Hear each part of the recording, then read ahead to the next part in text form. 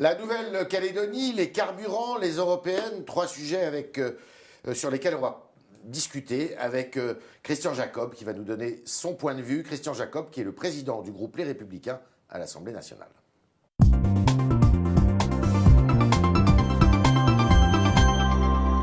Christian Jacob, bonjour. Bonjour. Alors, le résultat est tombé hier dans la matinée, Nouvelle-Calédonie, donc non à l'indépendance, mais un non qui est de l'ordre de 57%, un peu moins, alors que, eh bien, on annonçait un score beaucoup plus large. D'abord, c'est une bonne nouvelle. Ouais. Très forte mobilisation, très grande participation. Plus de 80%. Un résultat qui est net, qui aurait pu effectivement être supérieur, mais bon, vous connaissez le système du corps électoral qui bloque les choses, qui fait que des gens qui vivent très longtemps là-bas. Depuis tous ceux qui habitent depuis le 1er janvier 1994, c'est-à-dire depuis bientôt 25 ans, 24 ans, ne peuvent pas voter. Et donc, il faudra, je pense, revenir là-dessus. En revanche, il faut maintenant que ce résultat soit le gage de la stabilité. Les Calédoniens se sont exprimés, c'est le oui à la France, et à partir de là, il faut construire ensemble un avenir pour la Nouvelle-Calédonie. Vous reprochez au gouvernement et au président de la République de ne s'être pas assez engagé ? Oui, je crois que le Premier ministre, j'ai eu l'occasion de lui dire, le Premier ministre, il est Premier ministre, il est chef de la majorité, il est une personnalité politique de premier plan. Il n'est pas haut commissaire ni préfet, il n'est pas là pour organiser les élections. Il doit avoir une position, et une position notamment sur la place de la France dans le Pacifique, et même la place de l'Europe aujourd'hui dans le Pacifique, parce que c'est la seule position française. Mais alors justement, fort de ce résultat, qui est moins mauvais que prévu pour eux, les indépendantistes vont dire, bon, bah, on revote, puisque c'est prévu dans les accords de Matignon. Il y a 2 référendums qui peuvent encore être organisés, à condition qu'ils soient acceptés par tout le monde, en 2020 et en 2022. Vous redoutez pas ces 2 dates ? Écoutez, je pense, on va rencontrer tous les acteurs de Nouvelle-Calédonie, mais il faut maintenant sortir de cela. On ne peut pas, sous prétexte que le résultat d'un vote ne vous convienne pas, continuer dans cette procédure. C'est prévu dans les accords. Oui, mais on ne peut pas être tous les 18 mois en processus électoral. Parce que pendant cette période-là, ce sont les investissements qui sont figés, c'est l'économie qui est bloquée, et je crois que tout le monde attend aujourd'hui que l'économie reparte, et pour que l'économie se relance, eh bien les acteurs économiques ont besoin de stabilité. Et on ne peut pas vivre au rythme d'un référendum tous les 18 mois. Vous n'êtes pas très favorable à l'organisation de ces référendums ? Non, je pense qu'il faut sortir de cela. Mais c'est possible de le faire ? Bah, écoutez, à partir du moment où on est capable de trouver un accord là-dessus... Donc il faut sortir des accords de Matignon. Moi, je pense qu'il faut construire quelque chose de nouveau. Maintenant, on ne peut pas passer par un référendum tous les 18 mois. Je pense que sérieusement, personne n'imagine cela. Ça n'est pas bon pour l'économie, ça n'est pas bon pour la stabilité sociale. Personne ne s'y retrouvera. Les Calédoniens se sont exprimés largement. Plus de 80% de participation. Donc écoutez, c'est un score sans appel. Ils ont beaucoup d'autonomie déjà, puisque les accords de Matignon avaient accordé. Il y a en gros les fonctions régaliennes, simplement, qui sont du ressort de l'État métropolitain. Il faut aller plus loin, il faut leur donner davantage d'autonomie, davantage de liberté d'action. Je pense qu'il faut déjà mettre en application ce qui est possible, ce qui n'est pas mis en application partout. Ensuite, il y a des choses qui sont, sur lesquelles, à mon avis, il faudra accepter de revenir. Je pense par exemple sur l'environnement. Vous avez des applications de la loi sur l'environnement qui sont différentes d'une région à l'autre. Donc il faut regarder sérieusement, avec sérénité, avec le calme qui sied après un scrutin comme celui-là, comment on peut reconstruire, encore une fois, en ayant la volonté de rassembler tout le monde et au sein de la France. Alors certains, vu d'ici d'ailleurs, disent « mais pourquoi on s'embarrasse avec le caillou », comme ils disent. Ça représente encore un intérêt pour la France d'avoir la Nouvelle-Calédonie au milieu du Pacifique ? Oui, c'est un intérêt stratégique pour la France, mais c'est un intérêt stratégique pour l'Union européenne. D'ailleurs, vous voyez, toutes les puissances aujourd'hui sont attentives à ce que la France reste bien présente. Elle serait chinoise, la Nouvelle-Calédonie, sur la France ? Le risque est clairement posé, oui. Donc il faut vraiment défendre ce territoire ? Il faut le défendre. D'accord. Il faut le défendre, et puis il faut penser aux Français qui sont là-bas, qu'ils soient Kanak, qu'ils soient Caldoche, qu'ils soient d'autres origines. Ils sont là, ils sont attachés à la France, ils l'ont manifesté majoritairement, donc il faut respecter ce vote. D'accord. Alors, on change complètement de sujet, la hausse des carburants.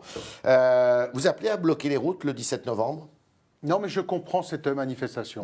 Moi, je la soutiens. Vous l'avez signée, la pétition, là, qui est signée par des centaines de milliers de personnes? Non, je ne l'ai pas signée formellement, mais je la soutiens et nous avons mis en alerte les premiers depuis très longtemps. Souvenez-vous, Laurent Wauquiez a été un des premiers responsables politiques à tirer la sonnette d'alarme sur le pouvoir d'achat. On est entré dans une logique de la taxation à tout va. C'est-à-dire que la préoccupation de ce gouvernement, c'est chaque jour d'inventer un impôt nouveau.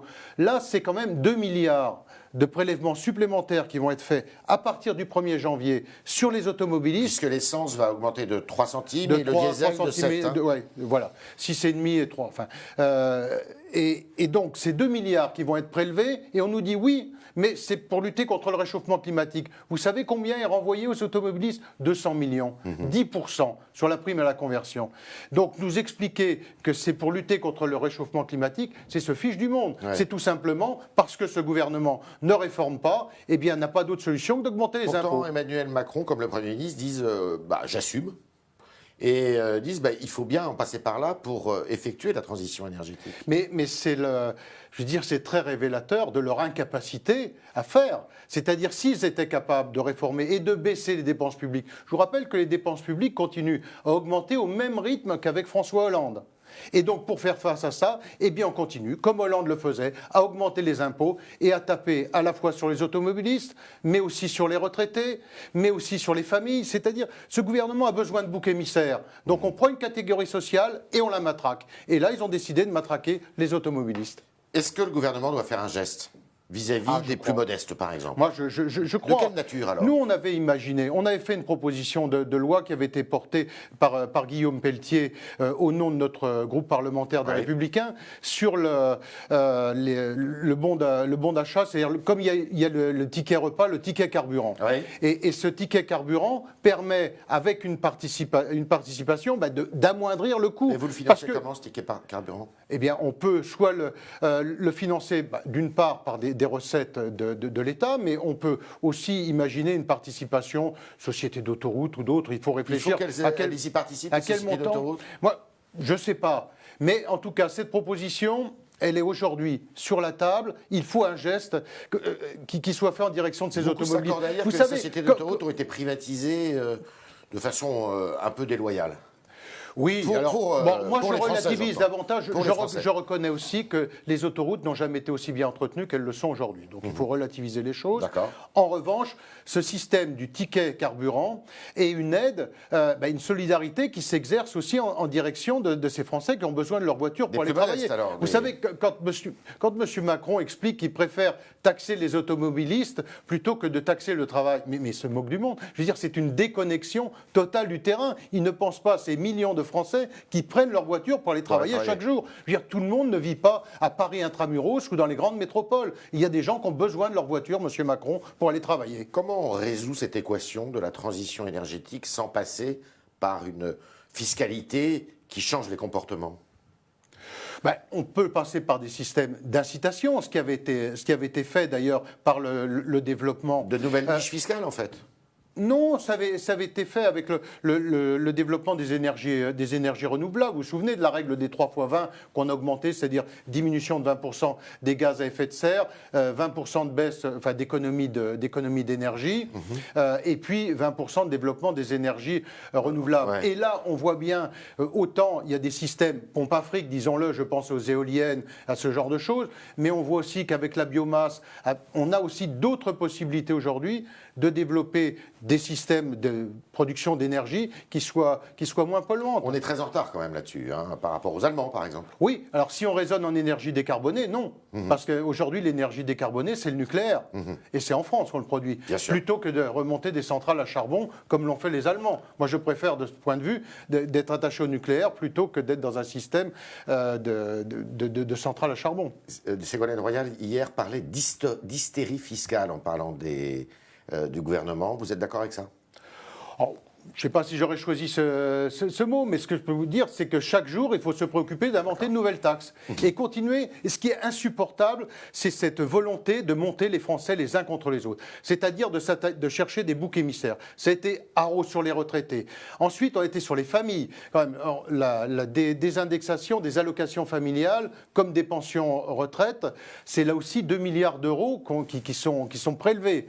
Ça a été à d'autres moments. Bon, aujourd'hui, les automobilistes, on le voit aussi sur le carburant qui est utilisé sur les chantiers, puisque là aussi, il y avait un avantage fiscal qui est supprimé. D'accord. Alors, les Républicains, les Européennes approchent à grands pas, puisque maintenant c'est dans 7 à 8 mois. Les sondages vous donnent à 14%. Vous n'êtes pas inquiet? Écoutez, ce qui est être en tête dans les sondages, ça nous est arrivé plusieurs fois. Vous savez, au présidentiel, ça c'est parfois mal fini. Voilà, on nous avait annoncé donc 2 ans avant que Alain Juppé serait président de la République. Bon, à l'arrivée, ça n'a pas été vraiment le cas. Donc, soyons prudents avec ça. Ce qui est important, c'est de regarder que depuis sur les 3-4 derniers mois, on a plutôt progressé. Ceci étant, c'est un scrutin qui est compliqué, mais moi, je pense qu'il y a une vraie voie. Et qu'aujourd'hui, entre l'euro-béatitude d'Emmanuel Macron, c'est-à-dire cette vision très datée, il a une vision, si tant est qu'il en ait une sur l'Europe, qui est totalement datée, qui est datée de ce système fédéraliste qui pouvait s'expliquer dans les années 75, voire 80, mais qui aujourd'hui est totalement dépassé. Donc, entre cette vision et puis celle qui est portée par Mme Le Pen ou par M. Mélenchon, je pense qu'il y a une voie de l'euroréalisme. Et ça, c'est sur quoi nous travaillons. On travaille aujourd'hui avec l'ensemble des partis de droite et de centre-droit des 27 pays de l'Union européenne. Laurent Wauquiez fait beaucoup de déplacements en ce moment. Je serai demain avec lui, après-demain, pardon, avec lui à Helsinki, rencontrer nos partenaires. Et donc, nous avons l'idée de porter un projet qui rassemblera tous les partis de droite et de centre-droit. Est-ce que Laurent Wauquiez est assez présent pour porter ce discours? À votre place, il n'y a pas très longtemps, Bruno Retailleau dit « Je me pose beaucoup de questions, je trouve qu'il n'est pas assez présent ». Écoutez, il fait aujourd'hui beaucoup de déplacements à l'international. Il était en Grèce la semaine dernière, il est à Helsinki cette semaine. Je crois qu'il a un déplacement de prévu en Espagne dans les jours qui viennent. Ce qui compte, vous voyez, c'est d'être capable de présenter aux Français un projet en leur disant au mois de mai, si vous votez pour nous, voilà ce que nous sommes capables de mettre en application. Je pense en matière de contrôle des migrations, également de la préférence européenne qui est très importante sur le pouvoir d'achat, la lutte contre le terrorisme, parce que nous serons mis d'accord à 27. Alors que si vous élisez demain des députés En Marche, ces députés ne serviront strictement à rien. Puisqu'il n'y a pas de majorité, ils vont siéger avec qui? Avec personne. Oui. Personne n'imagine aujourd'hui qu'il y aura des En Marche, des partis En Marche dans les 27 pays de l'Union européenne. Optimiste et vous pensez que le PPE va pouvoir garder Moi, je pense qu'il y a il y a une vraie voie de passage et que le PPE sera le premier parti. Quelle tête de liste pour vous? Eh bien, écoutez, ça, on n'en est pas là. C'est une décision que nous prendrons, je pense, fin janvier. Enfin, au courant du mois de janvier. On connaîtra la tête de liste. Au courant du mois de janvier, tout à fait. Une femme, un homme? Écoutez, 50-50, on verra. D'accord. C'est le mois de janvier. On est avec Christian Jacob, le président du groupe LR à l'Assemblée nationale, et on continue avec Jean-Baptiste Zemerjian.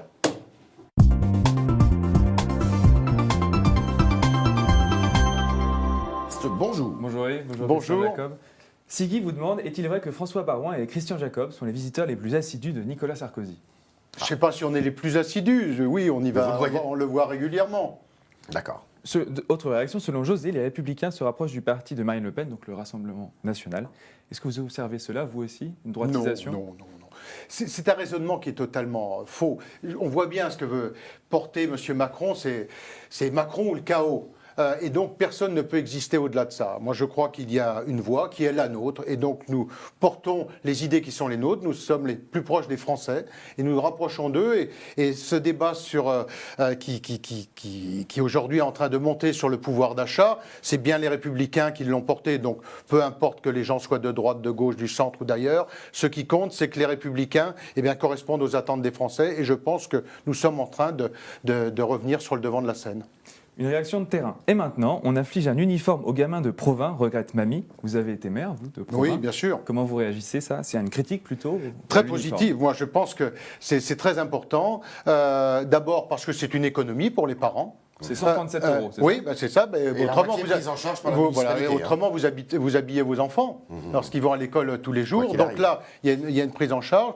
C'est un système qui valorise à la fois l'équité, le respect des uns et des autres. C'est une initiative qui a été prise par Olivier Lavinca, mon successeur. Je la soutiens totalement. C'est une belle initiative républicaine et je regrette que le ministre de l'Éducation nationale se soit mis aux abonnés absents sur ce sujet. On aurait aimé l'entendre. Mais comme d'habitude, M. Blanquer est parti vite aux abris. Surtout qu'on n'a pas le droit de rendre obligatoire Non. l'uniforme. Hein. Non, on ne peut pas, et c'est pour Contrairement ça... à ce qu'on pense. Ouais, voilà. Il y a eu un vote très majoritaire des parents, mais à l'arrivée, vous ne pouvez pas le rendre obligatoire. Et c'est pour ça que j'aurais aimé que le ministre de l'Éducation nationale ne se plante pas et, voilà, et assume un peu sur le sujet. Jackie, rappelle que vous êtes agriculteur et cousin, un autre internaute, se demande comment vous faites pour être député et agriculteur. Non, je ne suis plus agriculteur depuis longtemps. Je l'ai été, mais j'ai cédé mon exploitation en 2002. Et vous faisiez quelle agriculture? Des vaches laitières. J'avais 80 vaches laitières sur une exploitation qui faisait 100 hectares en tout, dont plus de la moitié consacrée à l'alimentation des animaux. Une dernière réaction, Casarella regrette que vous ne soyez pas sur Twitter. C'est vrai, vous n'êtes pas sur Twitter. Non, je suis Vous avez Alors, peur il y a des une réseaux raison, il y a une raison. Écoutez, On n'est pas obligé d'être sur non, Twitter. non, non, non, non. Et je pense qu'on peut très bien vivre sans. Et voilà. Vous en méfiez de ces Oui, réseaux je m'en sociaux? méfie. Oui. Je m'en méfie beaucoup. J'aime Oui. bien le. Vous savez, je suis sans doute un peu à l'ancienne, mais j'aime bien le contact direct. Et je suis très prudent parce qu'on est finalement dans un monde qui passe aussi beaucoup de temps à se regarder le nombril. Ouais. Et quand vous Donc, voyez le président de la République qui, lui, a un accro Très de Twitter, Ouais. vous vous dites, est-ce que c'est le rôle d'un président de la République de communiquer comme ça? Écoutez, c'est enfin, je veux dire, c'est la façon d'être qui est la sienne. Moi, je crois que je pense que c'est dangereux. Je pense que ça mérite de prendre un peu de temps et prendre du temps à la réflexion. Ça n'est jamais du temps de perdu. Donc, par ailleurs, bon, je comprends. Vous savez, ça doit être 95%, 98% des députés, des parlementaires qui sont sur Twitter. Je fais partie des 2 ou 3% qui assument de ne pas l'être. Voilà. Christian Jacob, vous savez pourquoi il n'est pas sur Twitter. Mais il nous a répondu à beaucoup d'autres questions. Merci, Christian Jacob. Merci à vous. Merci à vous autres internautes qui nous avez posé des questions via Jean-Baptiste Semerjian. Et à demain pour de nouvelles aventures.